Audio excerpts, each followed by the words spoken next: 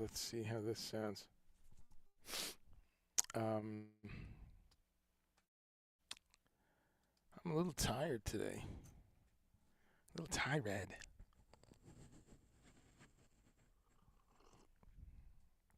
That is.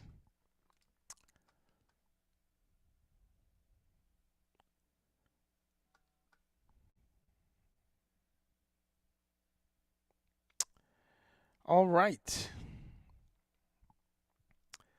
Let's see what's happening here.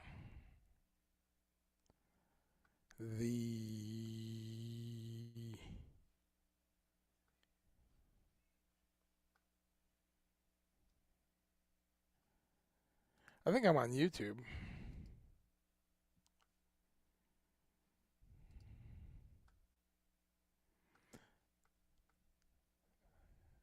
We can hear it. There we go. And once again, Facebook is broken. Let's see. Works on Twitch, Twitter.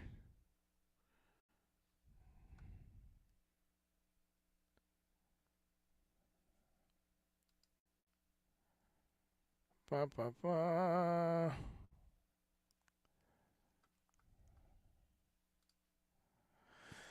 Well, let's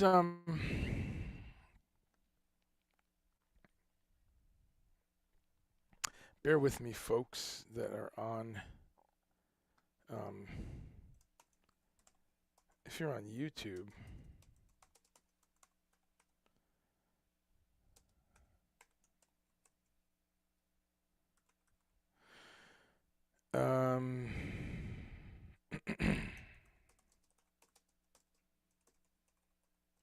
I have to go direct live on Facebook.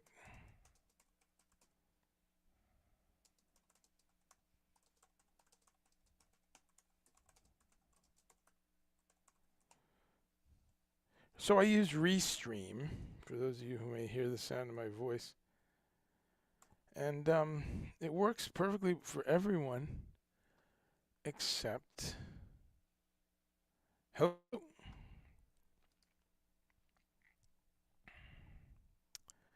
So let's just do this separately. So we'll just monitor YouTube separately. 67 views there. Ba, ba, ba, da, da, da.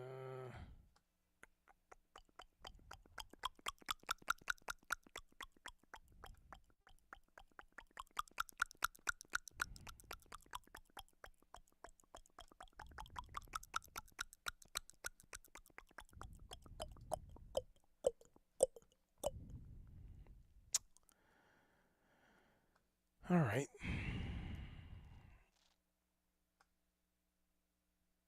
I'm not announcing this show often enough, and I should. But you have a couple people who were very kind that stopped by on a Monday. So thanks for that. I'm a little out of it still. Wow, I got home from tour. I'm dehydrated. That's a problem. That's part of it. You have a cough button so you can...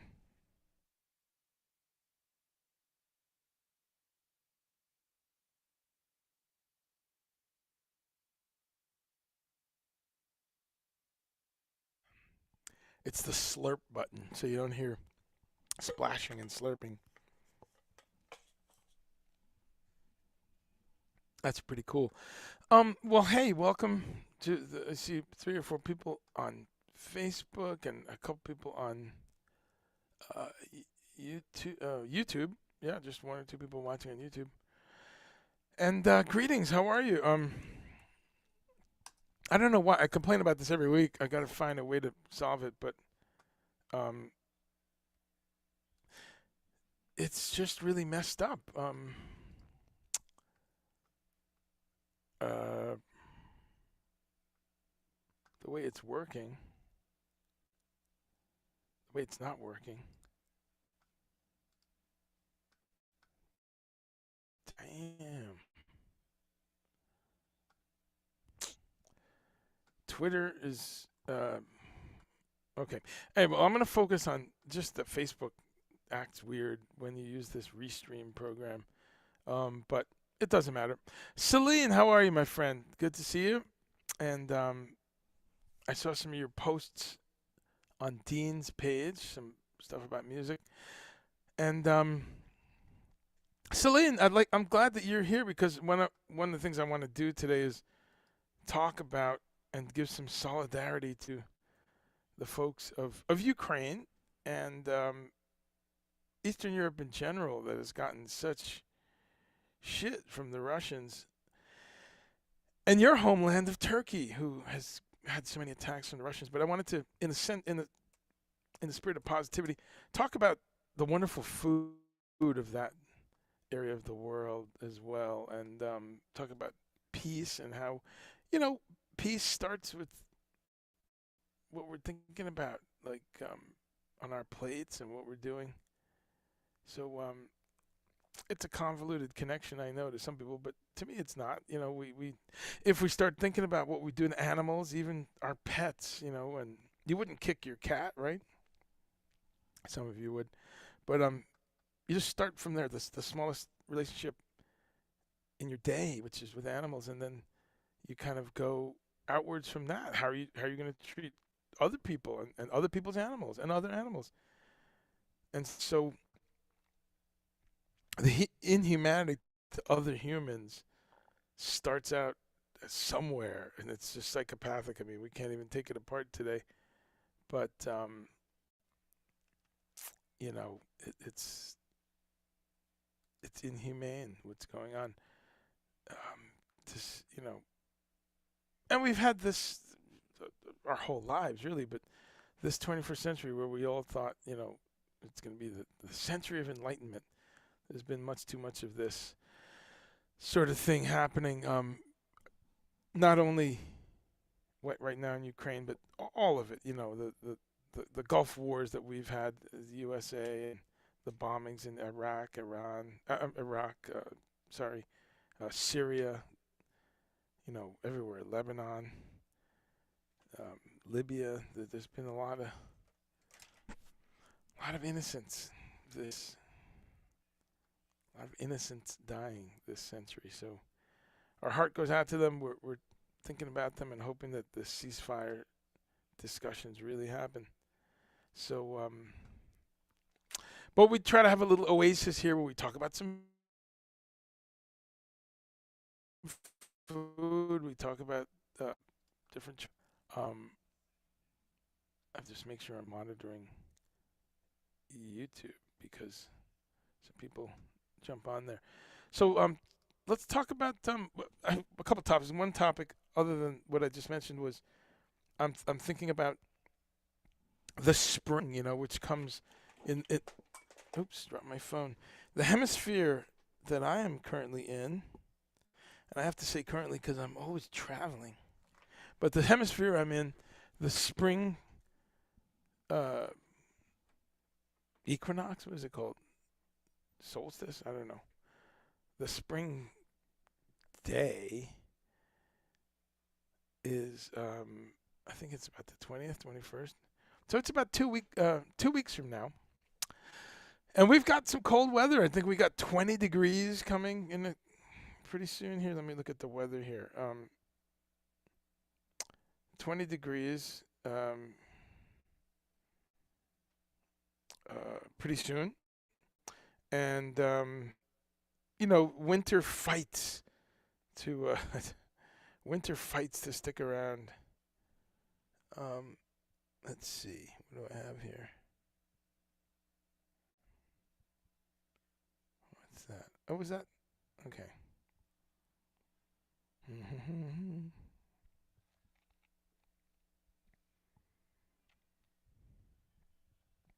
Sorry, folks. I'm just trying to figure out how to get weather on my phone. There it is. Okay. I know how to do it. Just had a weird. I guess it's just not. Okay. So, yeah, we have weather service wind advisory going on, and we have it's 60s, but we're just a warning for some storms and rain.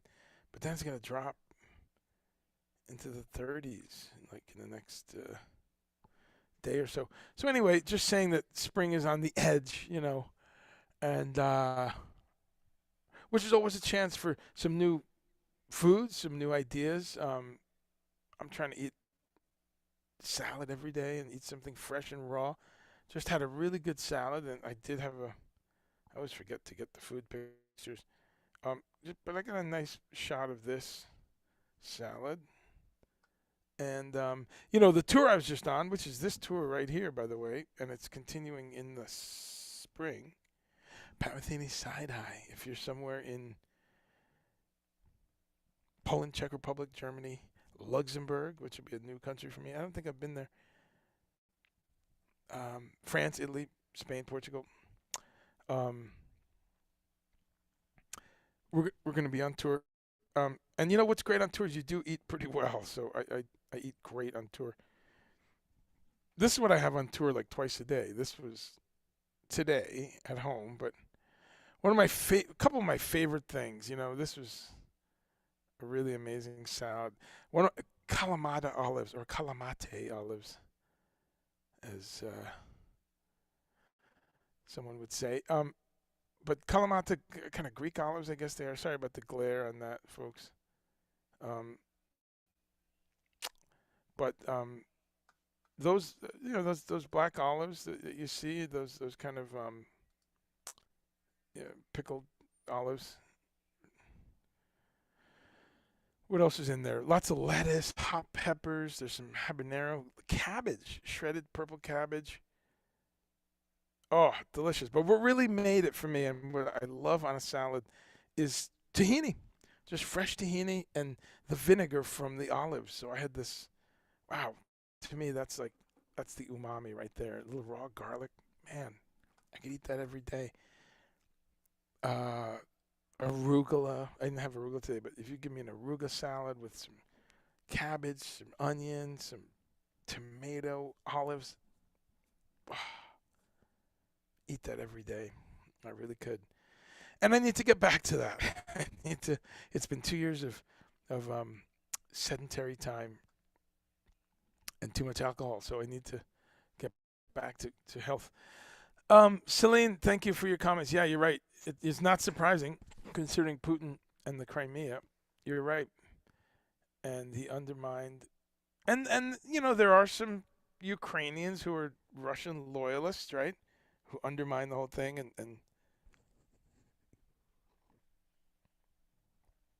Putin underestimated the Ukrainian people. Yep. And we hope he doesn't take the whole country. I know. Major.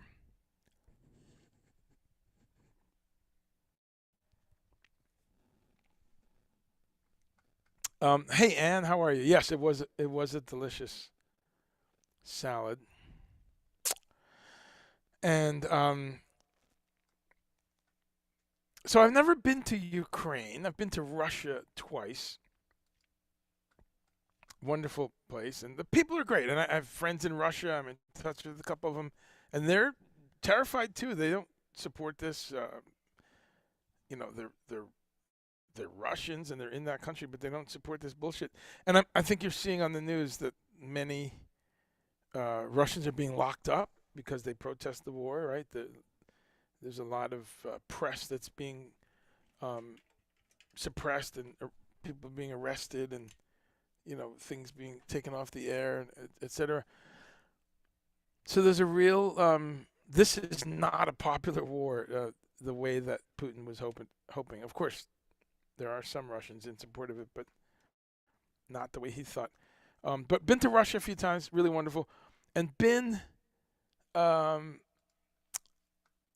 I look at the map, unfortunately, I can't do screen sharing with the stupid Facebook problem I'm having.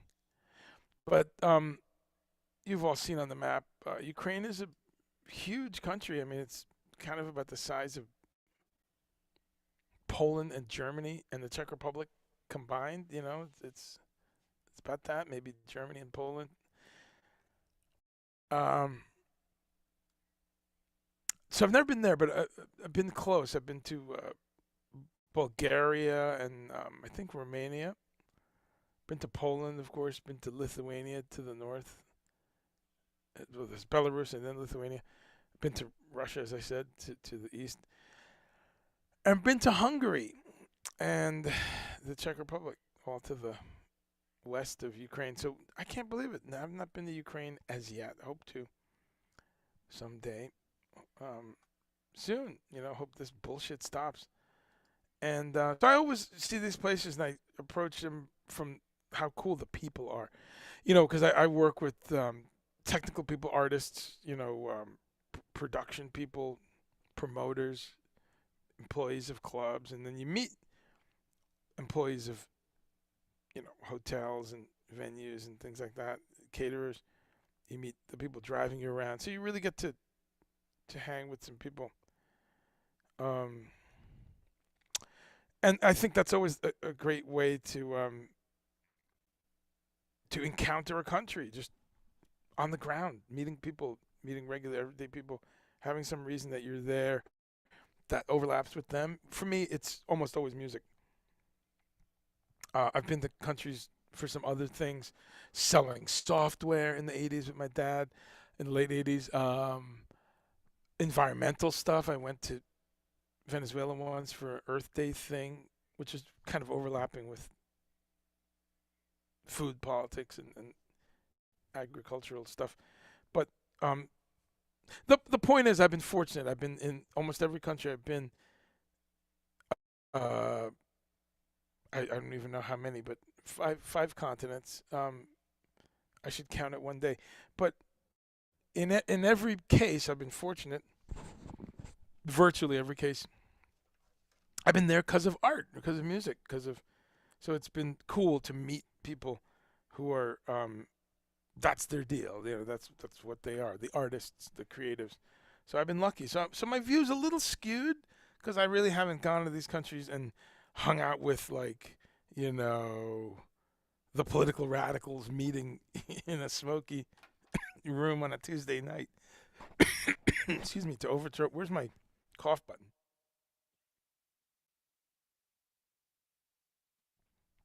The people who are trying to overthrow the government. I haven't hung out with them too much.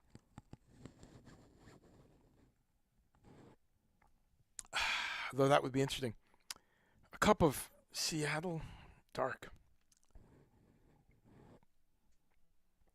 It's okay. Um. So anyway, I've got a link or two, and just thought, well, I turned everything into like a food discussion, right, for this show.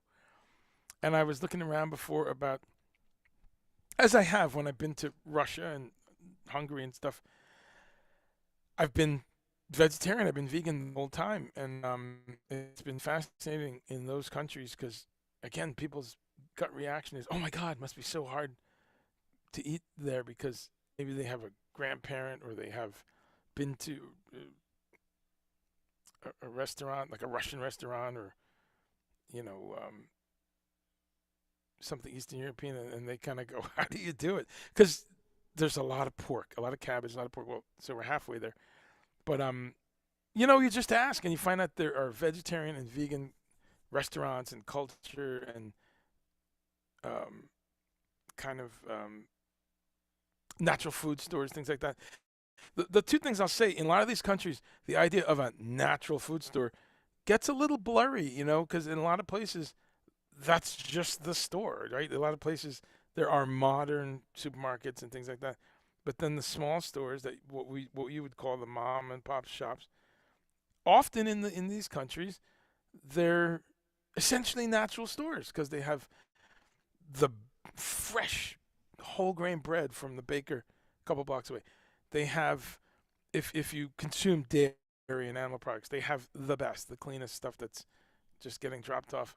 Raw milk with, you can see the fat on the top, the cream on the top. You see these things like yogurt and cheeses, which look like they're made, fresh, and they are. You see the vegetables that look incredible because they're organic. They're coming from some farm. If you're lucky, you see some of this stuff delivered. I've seen horse-drawn vehicles taking vegetables around, like in Germany and Hungary. So that's the thing. There's you get out of the big cities in some of those countries, and you're very much in a a world where it's all natural anyway, so they don't label it like that. They kind of you're gonna go in and you could buy, you know, different types of legumes and black rice and different grains and all these kinds of root vegetables and onions and things are sitting there, and they look like you'd see in an organic store here in the U.S. They look a little, odd shaped and very unpolished. So that's one thing you see in some of these countries. Um, so I, again, just in the interest of connecting everything with food, I got one site here um, that I found just talking about being vegan in Odessa and Kiev and a couple other places. I can't share screen because of a stupid Facebook problem, but I can share screen for those of you watching on YouTube or Twitter or Twitch. So it's funny. Celine, yes, he did underestimate the Ukrainian people. Coming back to that, and these dramatic images we're all seeing of grandmothers, right, getting Molotov cocktails, and just kind of everyday people jumping in and throwing shit at tanks, and some of the humorous interactions between Ukrainian people and Russians in tanks. And in a way, it's kind of heartbreaking though, because they're just humans talking, and you realize, wait a minute, if they kill each other, it's so useless because some fucking politician, miles away is war. How are we still talking about this? Sabine, how are you? Good to see you. Good to see you, Anne. Good to see you, Rich Gregory. What's going on, my friend?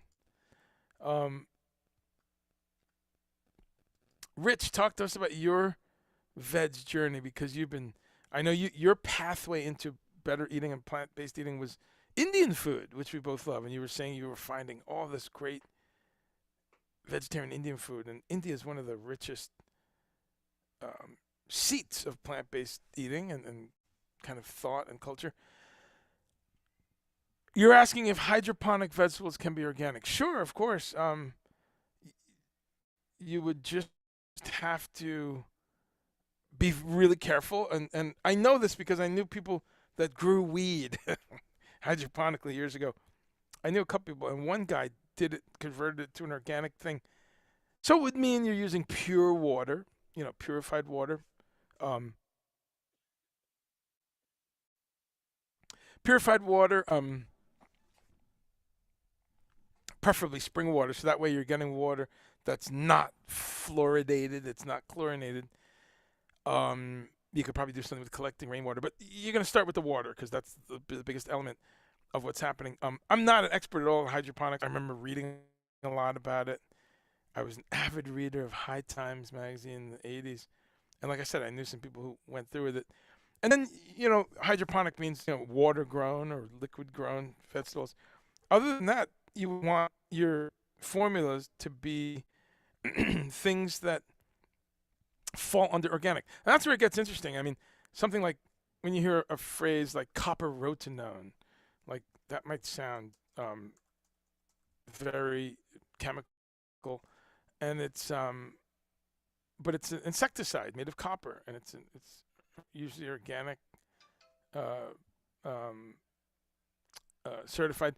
So there's a lot of things, pyrothins and all these things, extracts of olive leaf and extracts of oregano and all these. There's all kinds of things that have chemical names once they extract them that are really in the organic list of kind of approved things.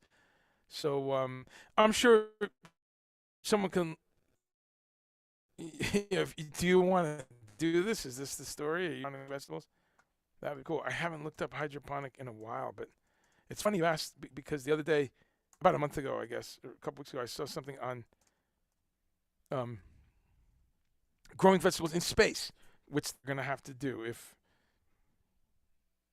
humans, are out in space for years on end. You have to generate new food. So here's I'm just Googled hydroponic garden, and there's all this cool stuff. And yeah, here's one company saying that they've got it all with organic. Yeah, there's a healthy looking family in their kitchen. Wow, look at all. See, that'd be cool to grow all that shit. Take your greens right off the. So yeah, Google is your friend. What's the name of this company? Garden with a DYN, and they look like they've got options for doing it organically. Um, yeah, okay, that's cool. Um, but yeah, to answer your larger question though, organic is obviously there's a lot of moving parts and there's a lot of arguments about what the definitions are, and the general definition is pretty clear. Um,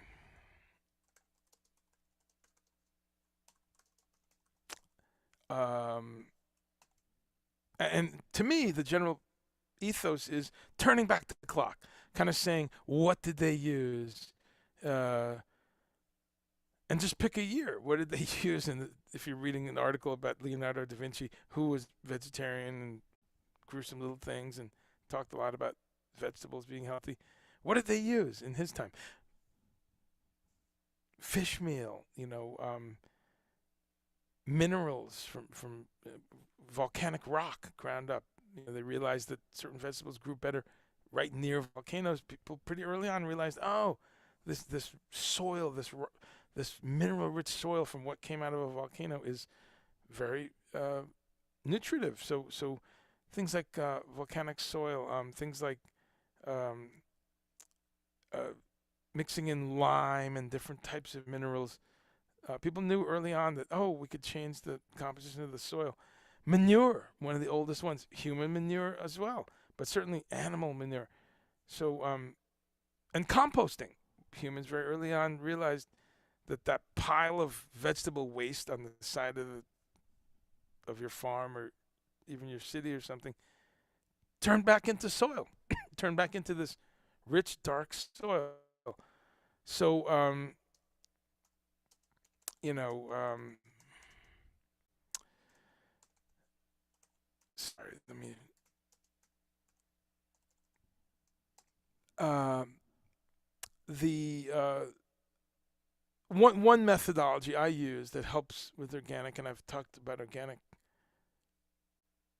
uh, organic agriculture and organic food and organic certification for 35 years now. About I've been in the business for nearly 20 years, and um, one of the things I talked about a lot was in the very beginning when there was only the California organic standard, which then expanded to different states and stuff.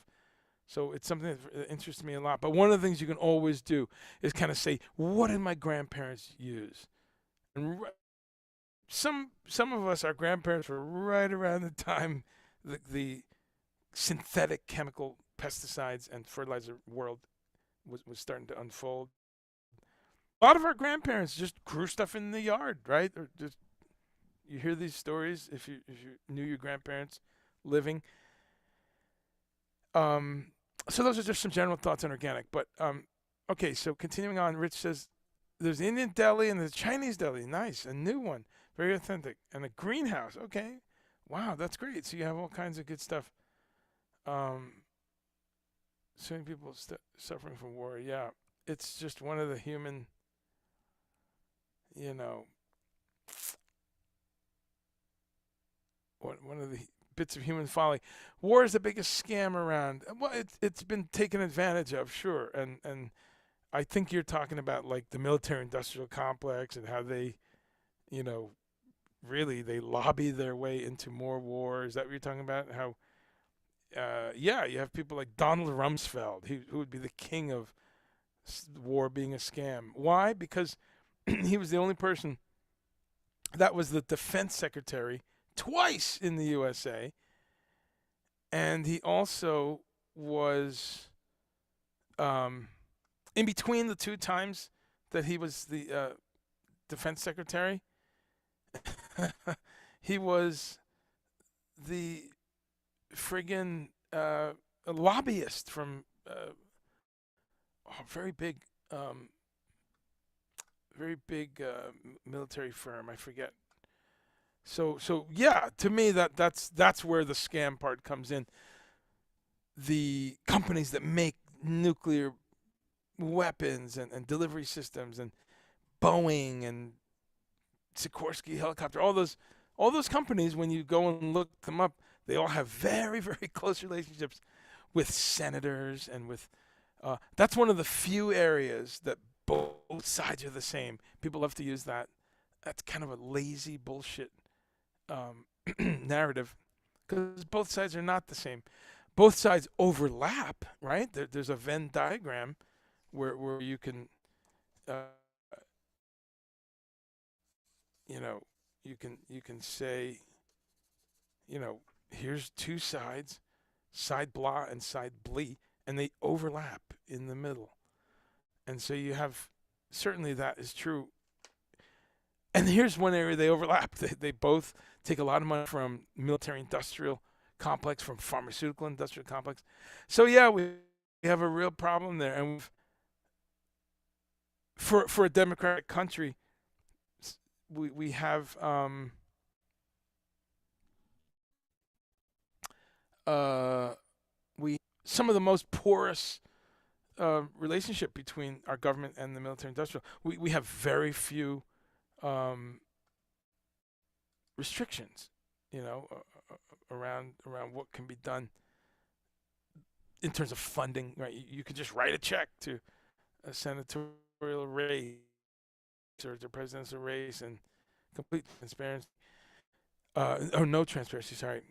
Losing signal. Am I losing signal? It says my signal might be a little bad here. Now, let me know. Um, and let me know if you can hear me. Okay. Rummy, yes, Donald Rumsfeld. Speaking of German, I think he's German. War is profitable. Yes, that's unfortunately the case. That it's, but it's also humans. It's what humans do, and that's one of those things for us to accept. That, wow, it's kind of like the movie Space Odyssey, right? 2001. Those monkeys, one of them smashes the other one's head with a bone, and it turns into the missile. It turns into the satellite. There is some built-in inherent biological shit, man. We're messed up. We're warring monkeys. So war is also just what we do. Uh, it's become this other thing. War is profitable. Hydroponic PVC pipes. Yeah, I mean, of course you would worry about the smallest possible thing in the discussion, but yeah, sure. I guess ultimately I'd love if I did hydroponic and it was, let's see, glass, I guess, or stainless steel. But, you know, the fact is, it's like drinking things out of plastic containers. Sure, it's not optimal, but the amount of plastic that you're getting versus just, ultraviolet damage from the sun, you would stay inside if you really were measuring, you're quantifying cellular damage. You wouldn't, you wouldn't have a computer in your home if you looked at the ionic damage to the air you're breathing versus the PVC that would be in water, which water would then be filtered through the roots of the plant. And a plant is incredibly good at filtering water. So that by the time you ate it, anyway, so there's, you know, but I love these discussions because it just makes me think about how other people view um, physics and, you know, different chemical ideas. This is how we figure things out, right? We get discussions going. Let's see. Yeah, biologique and Oko. Oh, thanks for that, Sabina. I always wondered what Okologique meant. Okay. Yeah, biology. Okay, you don't use. Yeah, okay. I've seen both in. I see bio a lot in Germany, and I'm looking forward to being in Germany, where I love the food and just love the production, love the people, love being there. As you said, you'll be in Leipzig. So send me a message. Let me know if you need tickets or what's going on there. Um, Russia's delivering oil and gas. Germany is buying. Yeah, see, this is a problem, right? Outside the sanctions. So Germany gives weapons to Ukraine and is also financing Russia. I know. This is where it gets tough. And I know that we've not sanctioned Russia's oil and gas, right? That's their biggest economic input, and we dare not touch that. For a bunch of reasons, right? Western countries don't want gas prices to go up anymore, oil prices, fuel prices, petrol. I always try to say petrol or fuel as opposed to gas because, you know, gas is what Americans say, and it's potentially confusing because obviously um, there's gasoline or fuel or petrol, but there's gas, as in natural gas. That's part of this discussion. So all of these things we're not sanctioning, and the Russians are making whatever, right? Big percentage of their money every day is still coming in, while the people are suffering. Right? It's really fucked up. So bamboo is used in Asia. Sure, bamboo is one way. There you go. You can come up with a bamboo hydroponic. I'm sure sure that would work pretty well. Bamboo hydroponic system. There it is. You look it up. I just found it. Here's pictures. Yep, of people using bamboo to grow different crops. Yeah, there it is. Southern bamboo growing hydroponics, about as green as you can get. This is this people making different shelving units, and yeah, bamboo is pretty incredible, man. That should be. We could be employing people in the South because it grows like crazy here in the South, and we should be growing. We should have some bamboo forests happening, and employing people to process bamboo and stuff like that. Um, News just popped in that Russia threatens to stop delivering gas through Nord Stream 1. So okay, so that was the other thing people said, like it goes both ways, like um, NATO and EU and Western countries could stop buying gas, but what if Russia stops delivering gas? Wow. Um, that's just breaking news? Let me see if I can find that. 7 hours ago, supplying to Germany for the long-term contracts. Yeah. Well, that's thanks for the news. Again, I'm not going to try to spend too much time on specifically some of this world news, but it's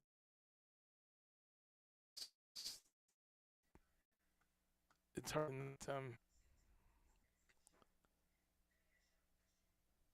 Yeah.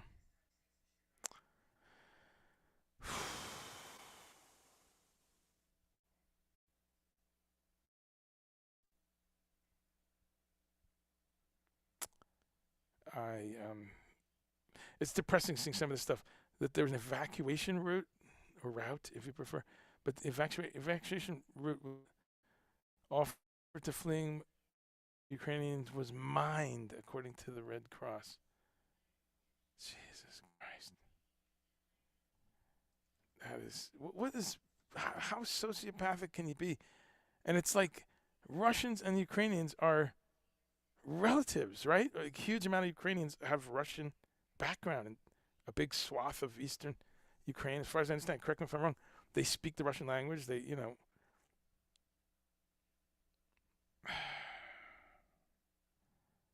And so, to just, it's like Eritreans and Ethiopians. It's like Pakistanis and Indians. It's like sometimes these closest relatives are just like cutting each other's throats. Wow. All right. Well, let's talk about what you had to eat today, because we know where we stand on war. It sucks. Um, let's talk about green things and green living, and bed sheets made of bamboo. Yeah, I've seen that. Everything really. There's paper and notebooks and all kinds of stuff. Really, it's another fiber that you can make fabric out of, and paper and things like that. Um, Rope, all kinds of stuff. So that's good to hear. I've seen toilet paper and paper towels. So yeah, know, I love it. Let's come up with these sustainable methods, and let's see. Now we gotta cancel. Just trying to see how I can see my comments. I'm having trouble seeing your comments. Okay, North Stream was the old one. North Stream 2 was just built. Okay. Yeah. It's the fight who formed the first Russia. I couldn't read that. Well, what did you have for lunch today? I'm going to go over some veg news. There's been so much in the past month that I've been traveling, and it's just amazing.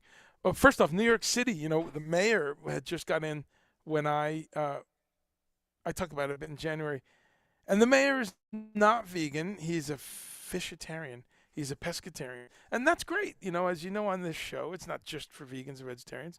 This show is for people that just want to quit one day a week. That's all.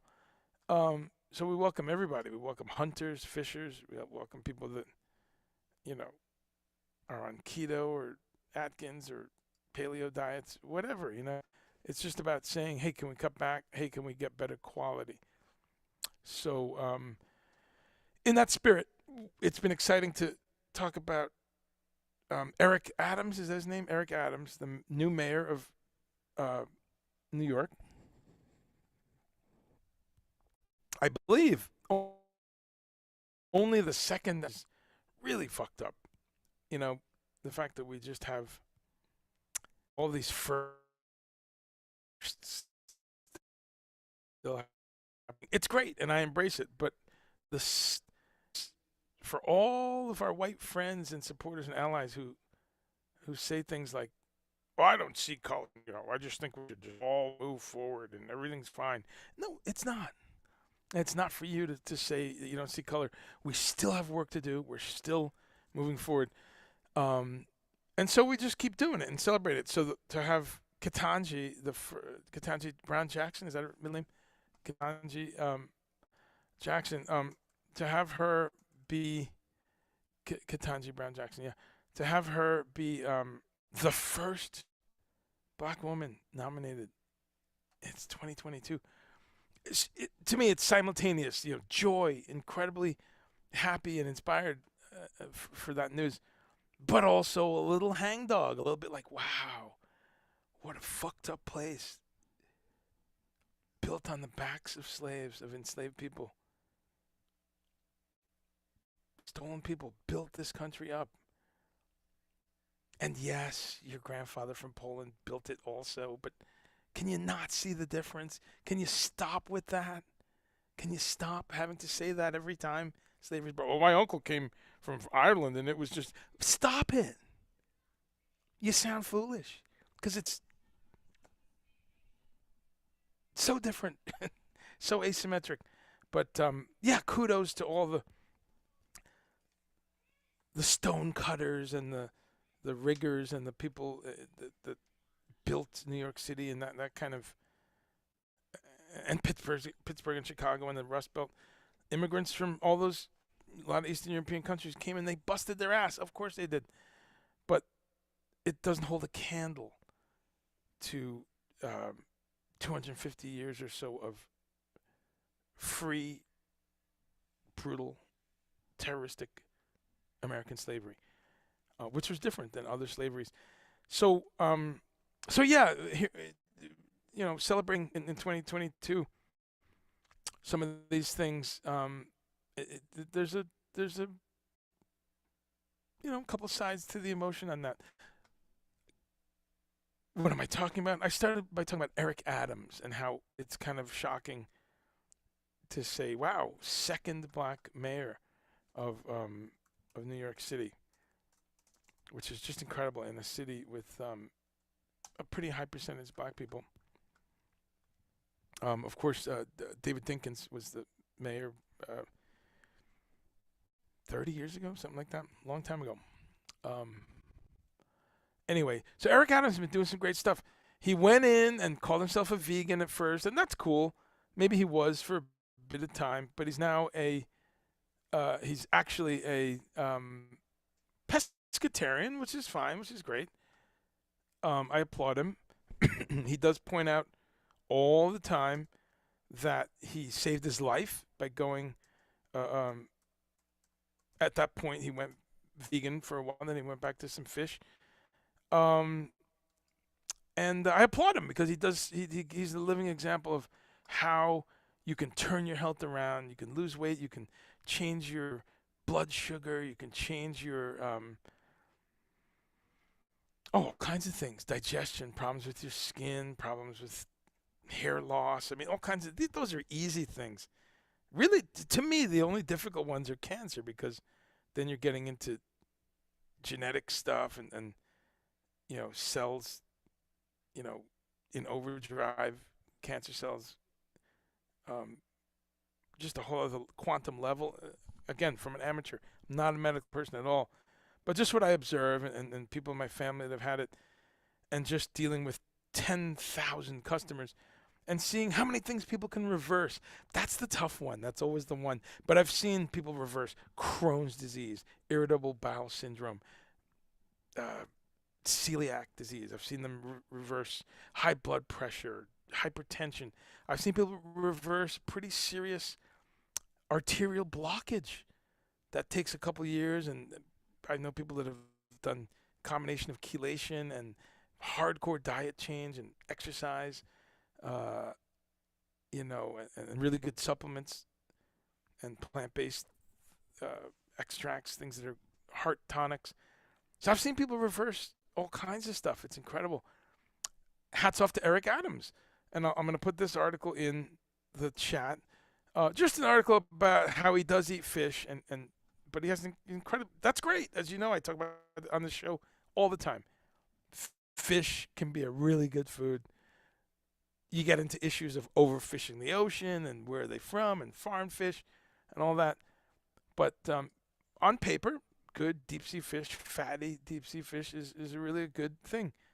So the point, though, is Eric Adams has been advocating to have vegan choices in the schools, in the New York City public schools. So I'm going to put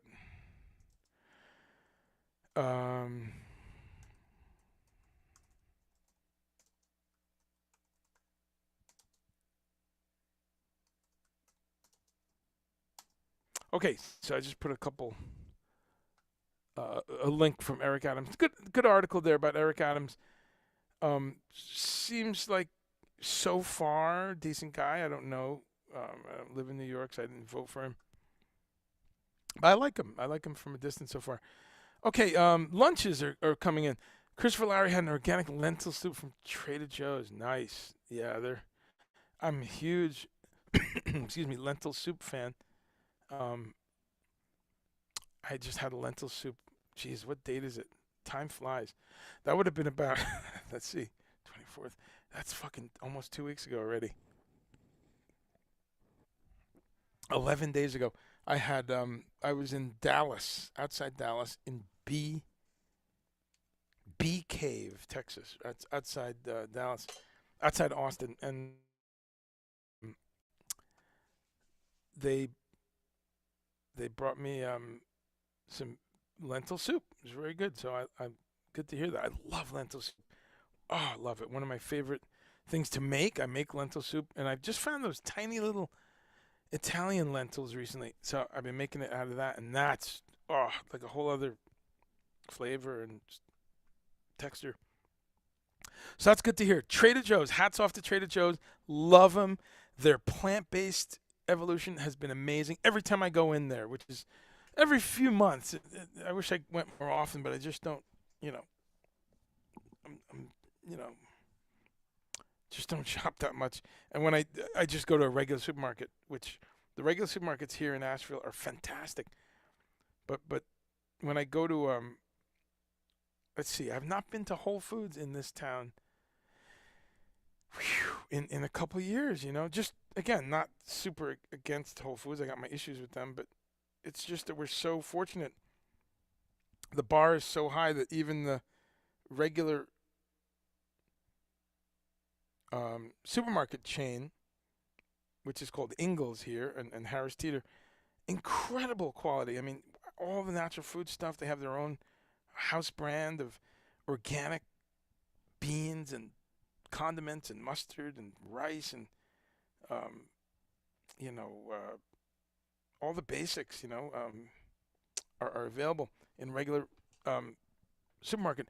So I just forget sometimes. But what I love Trader Joe, and when I go, every time I go, there's 15 or 20 new things I never saw before. That all plant-based, and they keep pushing in that direction, and they keep also introducing new people, because when it's a plant-based, enchilada or something, it'll catch your eye if you're not necessarily vegetarian or vegan, and you might try it. So I appreciate Trader Joe's.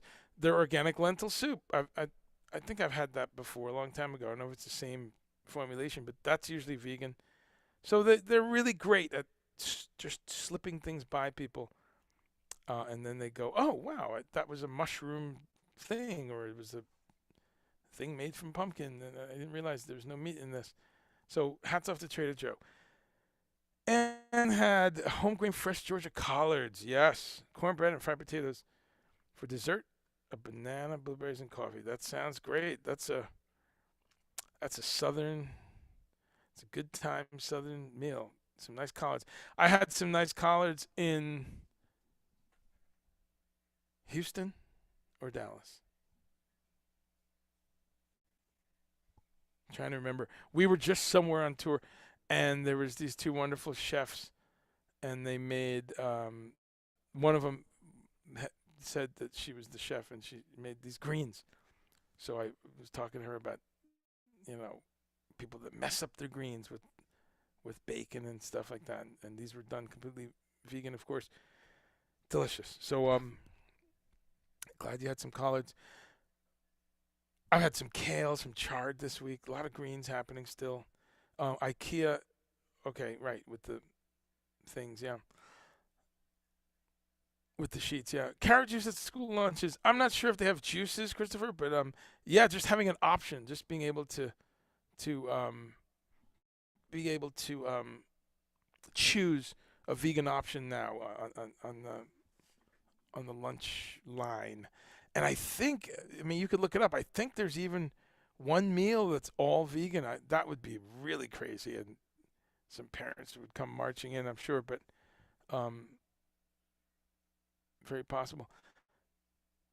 Benny, what's up, my bro? Tra! You like that? Dude. Hope you see this tour, man, because we're coming through in September again. If you didn't catch it before, but I know, right? It's sharp with the. It's got the little string here. Nice accent. Yeah, man. Hey, let's talk soon, man. I thinking about you. I left a message a while back, and I know you've been crazy. I can imagine, because I know. But yeah, let's catch up, man. Love that picture, bro. Love you, bro. Thank you for stopping in. Celine had a late breakfast. Your mom and okay, you headed to Whole Foods. Okay, cool. My signal is weird, huh? Something's weird today then, because Okay, us nutty Irish got paid for our work and volunteered for the work. Thank you, bro. Thank you so much for saying that, James Farrelly. Because, I mean, right? I love the Irish people. I love Ireland. Been there twice. Been to the north and to just Ireland. And, I mean, you can't have a more hardworking folks. You go there and you're like, wow, there's an ethic. And you look at the history of the Irish that came here 100 years, 150 years ago, busted their ass, worked the jobs a lot of people wouldn't do. But thank you, my bro, because it's just a little difference there. It's a few words, but it makes a world of difference. They came voluntarily. Sometimes they were fleeing political shit from the damn Brits, the kings of imperialism, the Brits, who fucked over the Irish and the Scots as well. So sometimes they were running from a dangerous place, but they voluntarily came with their kids or wife or husband, often, and they came to neighborhoods where they knew because a cousin wrote them or a friend, or they just got off the boat and said, "Well, where are the Irish?" And you had neighborhoods already in your New Yorks, your Bostons, your Chicagos, your Pittsburghs, your Clevelands, and any of these cities that people are arriving. Um, and so they were able to. Oh, good. There's a church that I'm familiar with. Oh, there's a pub, and there's the bakery, and there's the kind of food I like, and there's. Okay. I don't have anything except this little bag suitcase, but I'm going to start from scratch. Let me go in here, see if they're hiring. Oh, I got a job. How about that? And I can rent this place over the. I mean, it's a beautiful story, but yeah, it's a completely different story. And so thank you, man, because so many people have this twisted and they don't realize. I hear that. So I heard it from a friend the other day. I hadn't talked to this guy in like a decade, and he was laying some shit on me about how hard working his, Eastern European grandfather and father was, and he just can't understand why we got to have handouts. And you know, we talked about slavery and the black experience in America, and he didn't understand. Well, I don't get it. My grandfather came here, and it's like his skin is white. He wasn't getting beaten down in 1940. And sure, some Poles got beat down, some Irish got beaten down, but as you're pointing out, no comparison. Slavery is and was far worse than any conscription and menial employment. Yeah. So thank you for that. To be clear, anyone in history ever has been engaged in such barbarity or condolence needs to be re-educated. Yeah, exactly. And that includes the African slavers. There was there's so much evidence of and unfortunately largely Islamic slavers in the north were enslaving those that they thought were heathens, some of the other black Africans south of them. And it went in all directions. That's not the only way, but there were some complicit Africans in slavery. Now, to them, slavery was a whole different thing. You could work your way out of it. There was conscription type things. There's all kinds of differences. But anyway, but it's an area I like, and I have got some stuff coming up about African diaspora people and eating vegetarian, eating vegan. I have a host coming up. I'm going to put her Instagram up, actually. Someone I met recently, and her partner is a musician I work with, but African American young woman who's got this pop up in New York City where she does catering and cooking classes and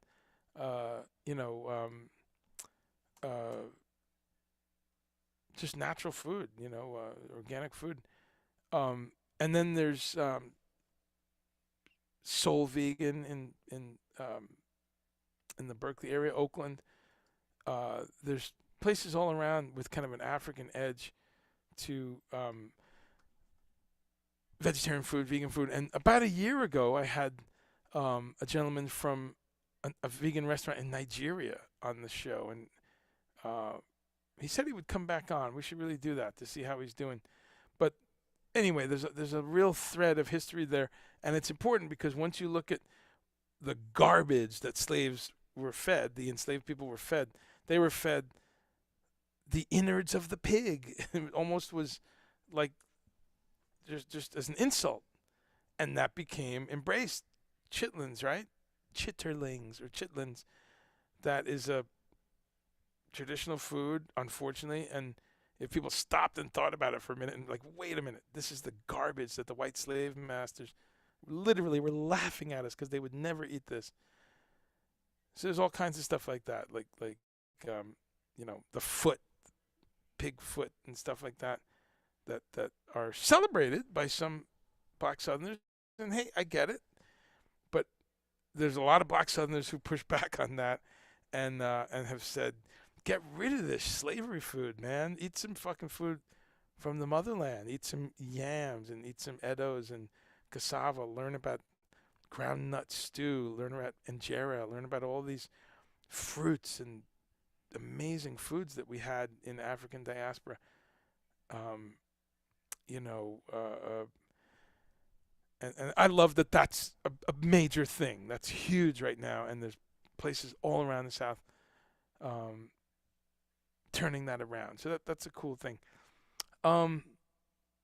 So thank you, James Farrelly. Christopher Lyra says the soup is canned and been this. Okay, so yeah, nothing wrong with a canned soup if it's tasty. Kenny Seagal, what's up, my bro? You just got back from Trader Joe's also. Okay, nice. Kenny, man, I've missed you every time you're down here. Definitely give me like notice next time you're coming down here. First of all, I have to be in town. I think you actually came through in this pandemic, the one time I was out of town. But anyway, let me know what's up. Facebook's been dropping out. Yeah, Facebook's just fucked up. I don't know. Switch over to YouTube maybe. See if that's any better. Because I'm monitoring the YouTube feed and it seems okay. So, plus I can screen share over there.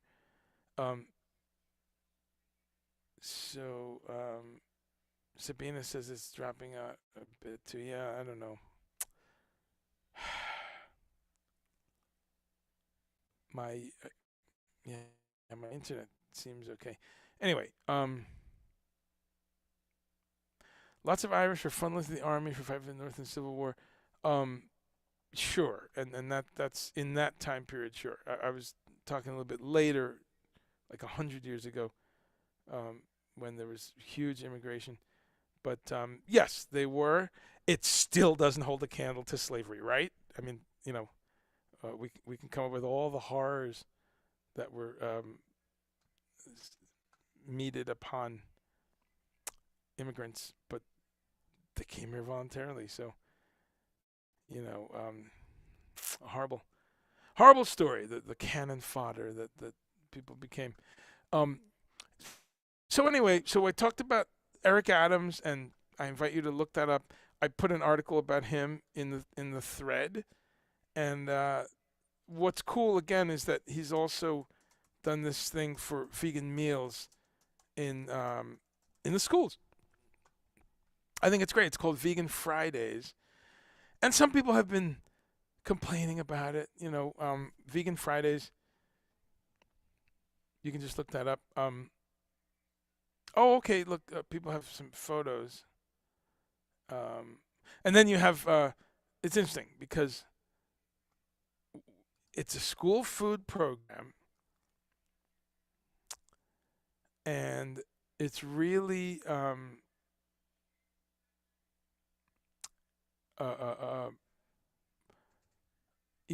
giving you options. You don't have to have the vegan choice, but giving you options. And I heard that there's it's a massive school system, one of the biggest ones in the country. So there's some places it's not worked out well, but I'm seeing a picture here, like this one place looks like a stir fry, just looks like mushrooms, corn, some zucchini, eggplant maybe. And then there's a bag of Tostitos, corn chips, 50% less fat, and some sliced apples. So that's horrible, horrible packaging. Just give them an apple. Why is there a fucking package of pre-sliced apples? weird with a picture of kids climbing on an apple tree. Just give them an apple, So, there's some fails around this whole thing. Um, you know, Sometimes we forget very good things that have happened in life, especially big systems. They start, uh, there's a step forward, two steps back, and you're trying to make it work. I'm going to salute the guy for at least even saying, hey, let's check this out. Let's try to do this. And then you've got the New York Post, which is kind of the right wing angle on New York news. And their headline is Vegan Eric Adams tries to force his diet on kids. Haven't they suffered enough? Yeah, whatever. Like Jumbo Shrimp, proud New Jerseyan, or Democratic Party moderate. So funny. Like those three, vegan dining is an obvious oxymoron. Because there's nothing good about vegan food. What a jackass. Who is this? Kyle Smith. Complete jackass. Who, in 2022, whether you like it or not, to not know that there are Michelin 5-star restaurants around the world. There are chefs. There are popular chefs like Gordon Ramsay, and I'm forgetting some of the other guys and gals. There's Wolfgang Puck, doing vegan stuff, but to sit there and not acknowledge that we're in a century where not only is there, this high-end cuisine thing happening, but also the ascendancy of Thai food, really high-quality Mexican food, really high-quality Mediterranean food. These are foods that, Turkish food, Israeli food, Lebanese food. There's people embracing now all these flavors from around the world, and very plant-based. And so to be a writer in a major New York newspaper and that's your attitude, vegan dining, that's an oxymoron. Oh, Jesus Christ. The vegan part of the dish is the garbage that's left after you throw out the real food. What jackass. When it comes to bean sprout sundaes, right, I've never had a bean sprout sundae, nor has anyone, you jackass. Or celery burgers. Put me down for a hearty no thanks. Celery burgers? Wow. I mean, when you want the worst, go to the New York Post. And I did. But I'll put that article up there because I love to, read the other side. Celery burgers. Man, that is some prime idiocy right there.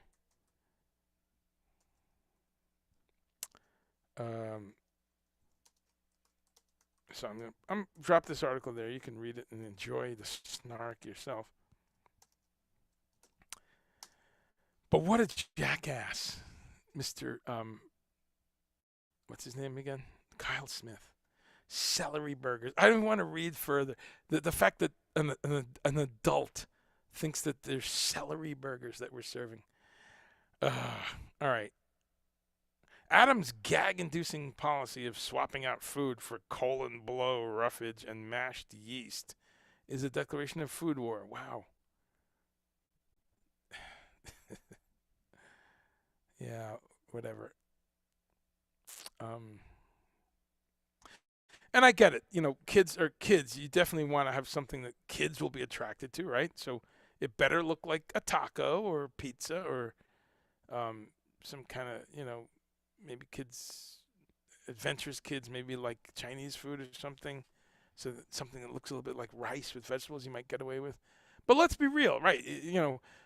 Some sort of, radish, shredded radish, cauliflower bake with a tahini, remoulade or something. I'm just making this up. That's probably not going to fly with kids. It's got to be veggie burgers and go for these things like these unchicken nuggets that are made from wheat gluten or soy or whatever pea protein. It's got to be awesome. It's got to be crunchy. Yep, some of it's going to be fried, but if you can at least make those first steps.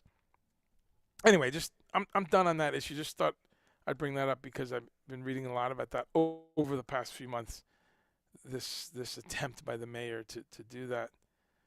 Um, so Rich Gregory says, okay, a lot of good comments still on Ukraine.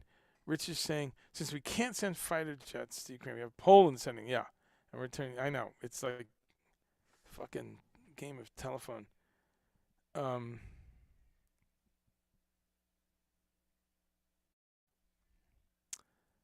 uh, okay, yeah. Let me know if my signal is still messing up, folks. I mean, there's not much I can do, but at least I know. Christopher says a little celery, and yes, of course, a little celery, but that's not what this gentleman was saying. So, you know, you're brilliant, man. You always find the way to turn it into an argument. I love that though. Don't ever change because it's fantastic. But yes, a little celery in the veggie burger, a little celery in some soup, fantastic. No one ever said it's not. But this jackass said that we're eating celery burgers. So I'm trying to picture that actually. I love celery. I have it a lot with hummus and I put it in soups and stuff. I'm trying to picture if I just, ground up some celery. So you have this green macerated pulp. I'm just trying to picture if you can form it into a patty and fry it or something. Uh, like, could you make a celery burger just to track what this jackass said? Celery burgers. That's pretty funny. Um, Sabine, stay healthy and get some rest. That's right. It's midnight or something in Germany. Okay, so Eric Adams, that was one thing. There's another thing for those of you in Asheville, and I think we have the one and only Christopher Lowry is here in Asheville. Christopher, have you seen? You've probably seen and you know about. There's a number of veg-friendly food trucks actually. Most of them in Asheville. I have to say, maybe one or two I've checked out, and it's like full-on meat barbecue sort of thing. But even the barbecue ones have side dishes of beans. If you're vegetarian and you have dairy, I saw one. It's been 2 years. They had mac and cheese, and they had some other coleslaw type stuff with dairy in it, but it was meatless. And then they have some of them have sides like beans and stuff that are vegan, or fries if they're done in vegetable oil. Gypsy Queen is almost all vegan actually. She only has like that one chicken thing that she does. Maybe part of the year she does a lamb thing, but awesome, And then there's the all her other stuff is Lebanese, Middle Eastern, falafel and garlic fries, which is kind of a fusion thing. She's got a lot of nice dishes with baba ganoush and hummus and all that.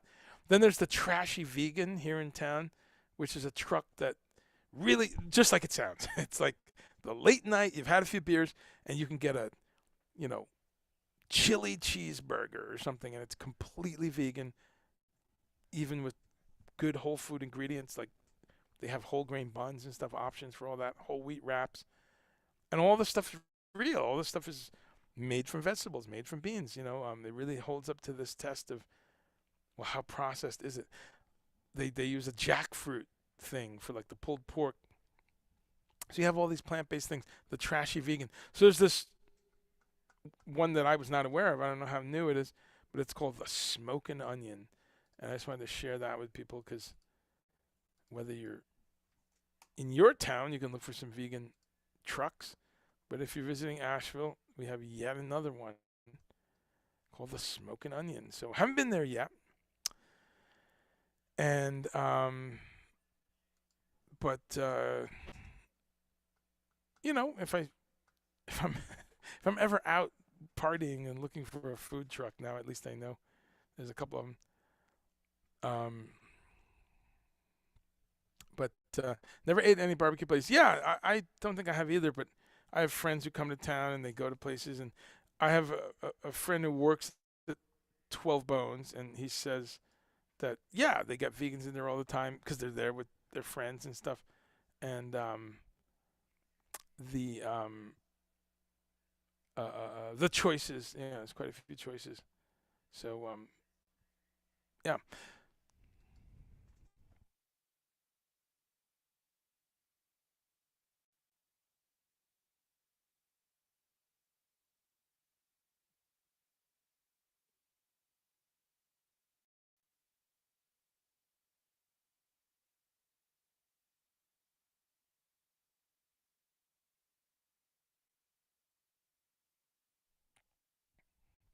definitely not hydrating enough. I gotta go through like two of these a day, three. How much is this? 32 ounce. Okay, if I do two of these, then I'm doing pretty well. How many liters is that? Almost a liter. 946 milliliters, almost a liter. Okay, so two of these per day. That's my new goal. Besides the coffee or anything like that. Um. Okay, so there's another shop. This is in um, Atlanta, and where we go once in a while. It's only 3.5, 4 hours away. And there's Soul Vegan, which is there. Actually, no, that's what it's called. It's called. It's called. What's it called? Is it Soul Veg, Soul Vegetarian? I forget. But really good place. And there's a lot of great food in Atlanta. But this is a new vegan taqueria, and this woman Kristen Hodge has opened this up. It's called Chichi Vegan, and wow, can't wait to go check it out. I mean, you know, who doesn't love tacos? She's got the al pastor pineapple taco, which has soy protein, cilantro, onion. You know what? I'm going to share the screen because if you're watching on YouTube, then you can see this. But it's al pastor pineapple tacos, which has soy protein, cilantro, onion, pineapple, and salsa roja. It's fantastic. And Baja fish. So that must be some kind of, you know, fish-like protein. Um, anyway, really cool, and I just embrace new green businesses, and especially if they're doing it with some kind of environmental outlook, which I don't know about this place.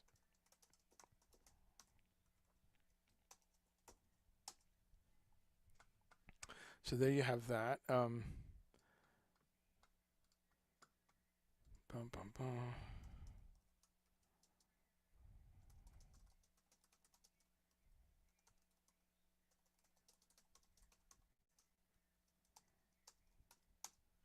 All right. Disconnecting internet due to lightning popping up. Oh wow. Well, thanks, Anne. Wow, lightning's happening, huh? Well, stay safe. Thank you. And yeah, today's just kind of a hang, catching up on some news. Taking any questions. Anyone have questions? Last week I talked a lot about staying healthy on the road, eating plant-based on the road, keeping your supplement regimen going on the road. My problem is keeping my supplement regimen going at home. I'm great on the road.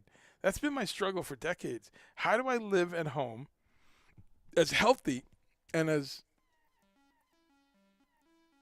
well as I do on the road? Man, I'm so good on the road. I eat 3 square meals, take pretty regular vitamin C. I take my vitamin D every day. I'm on my things like andrographis, and which is just an immune support kind of antiviral, anti uh, anti-germ kind of a thing, um, along the lines of Golden Seal or something. I take ashwagandha for just energy and stress, ginseng, spirulina. That's pretty much my list. Yeah, and then a multivitamin, over 50 multi, and that's it. And some zinc recently. Um, the last year or two, 2 years, and I'm really good on the road. I just have my box of vitamins. I get it done. I drink some what's not ester C, emergency. I drink some emergency with my water throughout the day. I'm really great. I come home, I fuck it all up. I start eating at 2 and 3 in the morning. Uh, Up watching Trevor Noah or some bullshit. Well, Trevor's not bullshit, but I'm just the worst. So if anyone is going through similar stuff and has suggestions, coffee, which is now cold an hour later. Um, anyway, so the vegan taqueria, gonna report back to you. Um,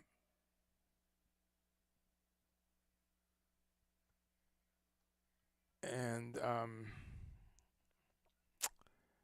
I mentioned before, I said vegan. It's solely vegan, which is really great. And this, if there's anyone on the West Coast, amazing place. Been there about 3 times in Oakland, and it's fantastic. All vegan soul food. Um, Really great, just really great kind of comfort food. And I've been trying to get them on the show with uh, no love. I actually started during the pandemic, so that was kind of stupid. But one of these days. But I love the place. Ate there a few times. If you've ever heard of a club called Yoshi's, which is a famous Oakland venue, this joint is right around the corner uh, from Yoshi's. And so, if you're ever around Yoshi's, the club,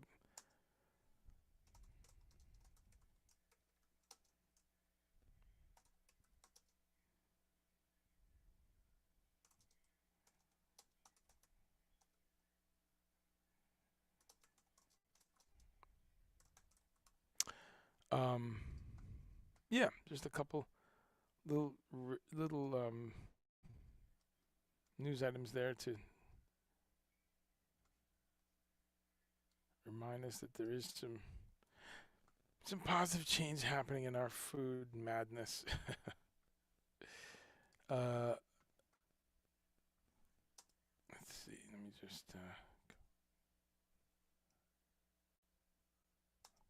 Okay, so I just want to drop those couple articles in there. I really hate that I can't screen share with y'all on Facebook, and I blame Facebook. Something's broken because it's working on Twitter and YouTube. Can you see how many views you have now? I don't know. I Let's see. Um, I don't know. Right now, let's see. There's 5 people watching. I think it was 8 or 10 a little while ago. So it's only 5. No, it went back to 5. So it's just a couple of you. So that's all right. I do these and I leave them up, and I notice some people watch them later. So that's why I try to keep them. I'm going to jump off soon. Actually, I'm trying to keep everything a little shorter. But yeah, with that in mind, I'm also going to put recent performance I did that I thought was kind of cool. But oh, I can't find it. I'll put it in here some other time. But please subscribe to my YouTube if you haven't already. I'd love to get that to 1,000 subscribers. I'm about 280 away. So jump in. Just trying to find this one particular video to hook you all up with.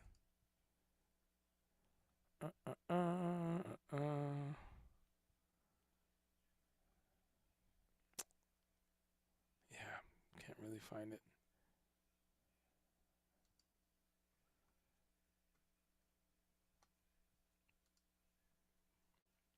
Let's use this one. This is a little older, but kind of cool.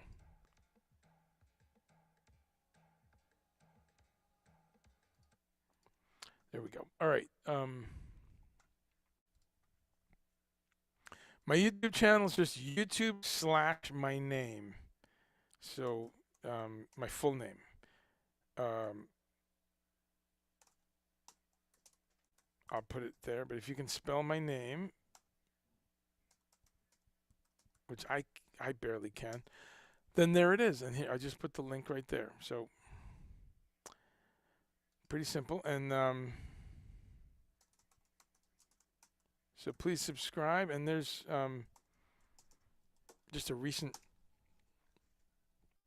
live performance I did. And sometimes I don't make those links public. So there you have it. But yeah, check it out. I'm doing more and more on YouTube, trying to do less on Facebook. I've got some couple ideas of things coming up on YouTube that are going to be cool.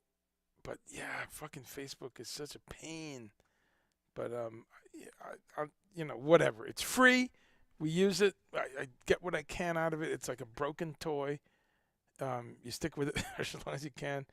But I don't, look, I'm not being bombed, like the people in several cities in Ukraine, right? Life could be worse. We're not Anne Frank sitting in 2 little rooms for 27 months. And that's something that's got me through this pandemic, gotten a bunch of us through, just talking about that. Chill out and put some perspective on how bad you really have things, because sometimes we can just go, okay, chill. So with that in mind, our hearts go out to the folks in Ukraine. So, all right, I'm going to wrap up. I'm going to jump off, but it's been a great 90 minutes of hanging with y'all. And my goals are to find out what some people ate for lunch, talk about what I ate for lunch. In that spirit, encourage people to keep trying plant-based foods. Even if you have a lamb farm, I don't care. If you're a hunter, I'm just trying to get you to think about it and to eat a little better quality animal protein if you're going to eat it, and to be a little more cognizant and respectful of where things come from. And that's true on plant-based food too. Look at the packaging. Maybe don't buy a package of sliced apples like we talked about before. Maybe get some apples. How about that? Take your own bag and buy some apples by bulk. I love doing that. I love apples. But we're just here to encourage that spirit of people eating a little bit better, trying some new foods, trying to eat more plant-based, trying to eat more local, try to grow some food, sprout some food, learn about just how easy it is to just grow just even cherry tomatoes or some parsley or some, peppers or something. Very easy to grow all these things. Even if you're stuck in an apartment in New York City, I have friends who are growing in those conditions. Our friend Sabina, who lives in Berlin, has shared with us pictures of growing all kinds of crops on her balcony of her apartment, of her flat. So as spring approaches, just trying to put that idea out there, encourage people, hey, maybe this is the year that I plant some shit, and I'll grow some things. I'm here to encourage that. I'm here to celebrate that. So thanks for stopping by, and we'll do this again. I have to dismantle this in 2 parts because